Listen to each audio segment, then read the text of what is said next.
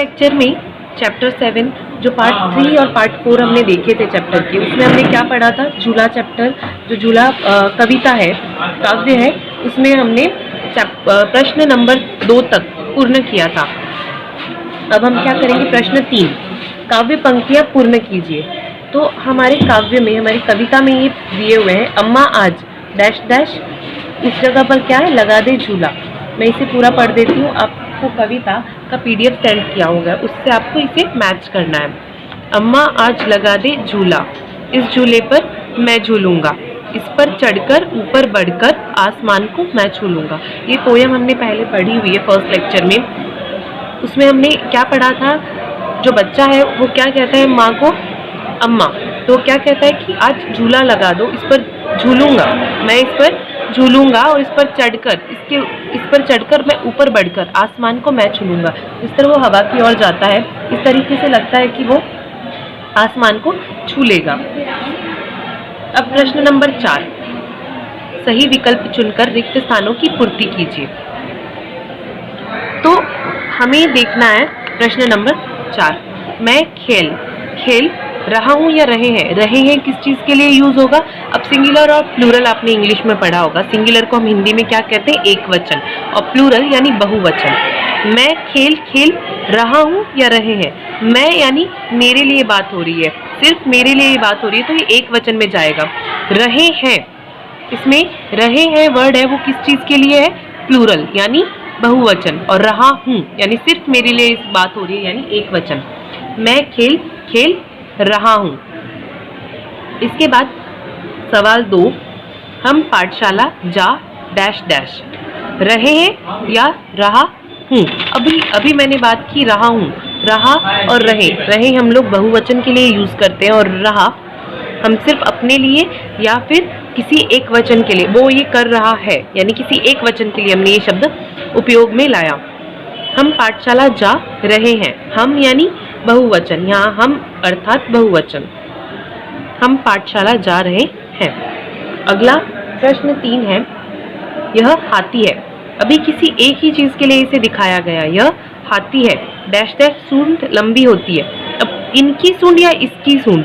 इनकी यानी ये किस चीज के लिए उपयोग में लाया गया है? बहुवचन में।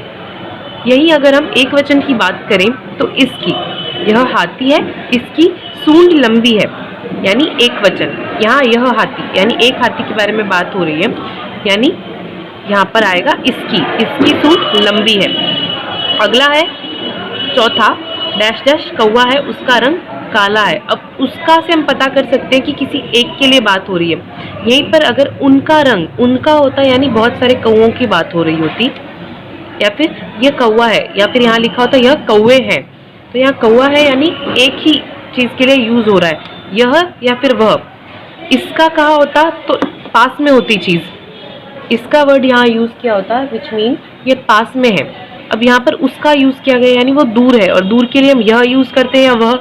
यह और वह हमने पहले भी पढ़ा हुआ है। वह यानी दूर की चीज के लिए हम उपयोग में लाते हैं, और यह यानी पास की चीज के लिए हम इसे उपयोग में लाते हैं। यानी वह कौवा है, उसका रंग काला है। प्रश्न 5, यह तितलियां हैं। ये तितलियां हैं यानी पास की चीज के लिए उपयोग में लाया जा रहा है। इस डैश डैश पंख रंग बिरंगे हैं, इनके या उनके, यहाँ तितलियां यूज किया गया यानी यह बहुवचन है।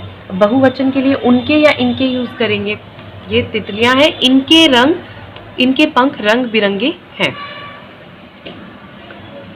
प्रश्न 6, वे लड़के हैं डैश डैश बस्ते लाल रंग के हैं। वे लड़के हैं, वे यानी बहुवचन, लड़के भी यानी बहुवचन, तो ये बहुवचन यानी ज्यादा लड़कों के लिए बात हो रही है, 5-6 लड़के होंगे उनके लिए बात हो रही है। तो उनके या फिर इनके, वे यानी दूर की बात, वह कोई हम लोग वे कहेंगे, तो वे यानी दूर के बच्चों के लिए बात हो रही है, तो वे लड़के हैं। दूर से किसी बच्चों को हम देखकर बोल रहे हैं कि वे लड़के हैं, तो उनके बस्ते लाल रंग के हैं, या इनके बस्ते, इनके यानी पास में होते, इनके यानी चीज पास में होती है, और उनके यानी चीज दूर है, यानी वे लड़के हैं, उनके बस्ते लाल रंग के हैं।